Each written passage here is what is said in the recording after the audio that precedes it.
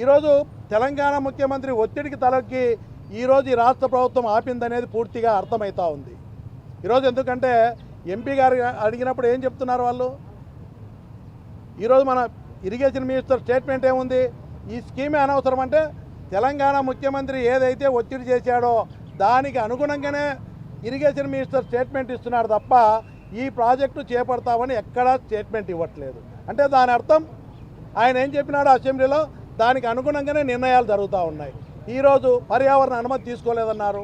మనం జగన్మోహన్ రెడ్డి గారు తాగునీరు అవసరం ఉందని చెప్పి పర్యావరణ అనుమతులు లేకుండా చేయొచ్చు, ఎందుకంటే ఆల్రెడీ మనకు హక్కుగా ఉన్న నీళ్ళే కాబట్టి అవి వాడుకోవచ్చని ప్రాజెక్టు చేపట్టినాడు. మీరు ఎందుకు చేపట్టలేకపోతున్నారు? ఈ గవర్నమెంట్లో పర్యావరణ అనుమతికి మీకు అవకాశం ఉన్నా కూడా తెలంగాణ ముఖ్యమంత్రి ఒత్తిడికి తలగ్గి పర్యావరణ అనుమతులు కూడా రాకుండా చేసింది మీరు. ఈరోజు ఒకటే అడుగుతున్నాం, 90% స్ట్రైక్ రేట్తో మాకు ప్రజలు పట్టం కట్టినారన్నారు. మీకు కట్టి ఏం ఉపయోగం ఉంది? 161 సీట్లు ఉన్నాయి. మీరు సపోర్ట్ లేకపోతే కేంద్రం పడిపోతుంది.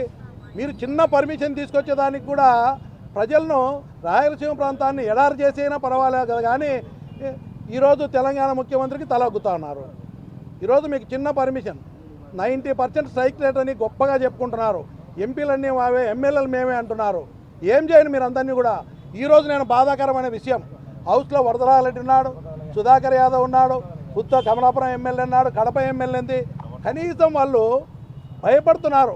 ఈ మాట ఎత్తిపోతల పథకం ఇది ఖచ్చితంగా కావాలని చెప్పలేని పరిస్థితుల్లో ఎమ్మెల్యేలు ఉన్నారంటే చాలా బాధ కలుగుతూ ఉంది. ఎంపీ గారు గట్టిగా అడుగుతూ ఉన్నారు, ఈ ప్రాజెక్ట్ అవసరం లేదా మీరు మాట్లాడండి అంటే ఆ ప్రాజెక్టు గురించి మాట్లాడరు. ఆ ప్రాజెక్టు అవసరం అని చెప్పి మంత్రి గారు చెప్పట్లేదు, ఇరిగేషన్ మినిస్టర్ అవసరం లేదన్నారు. కనీసం మన శాసనసభ్యులన్నా చెప్తారనుకుంటే ఏ ఒక్క శాసనసభ్యుడు కూడా మీటింగ్లో ఈ పథకం అవసరమని చెప్పకపోవడం చాలా బాధాకరం.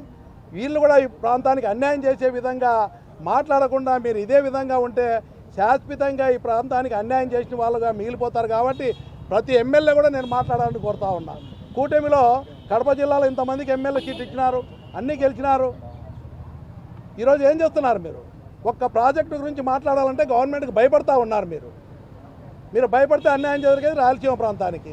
కాబట్టి నేను కోరుతా ఉన్నాం, ఖచ్చితంగా వైఎస్ఆర్సీపీ పార్టీ జగన్మోహన్ రెడ్డి గారు రాయలసీమ ప్రాంతాన్ని కరువు ప్రాంతం కాకుండా శాశ్వతంగా నీళ్ళు అందించాలా, ఇబ్బంది పడకుండా ఏ పరిస్థితిలో ఎట్టి పరిస్థితులు వచ్చినా కూడా ఈ ప్రాంతానికి నీళ్లు తీసుకురావాలని చేపట్టే రాయలసీమ ప్రాజెక్టు కోసం మా ఎంపీ గారు చెప్పినట్టు ప్రభుత్వం మీద ఒత్తిడి చేసేదానికి అన్ని పోరాటాలు చేస్తామని మనవి చేస్తున్నాం.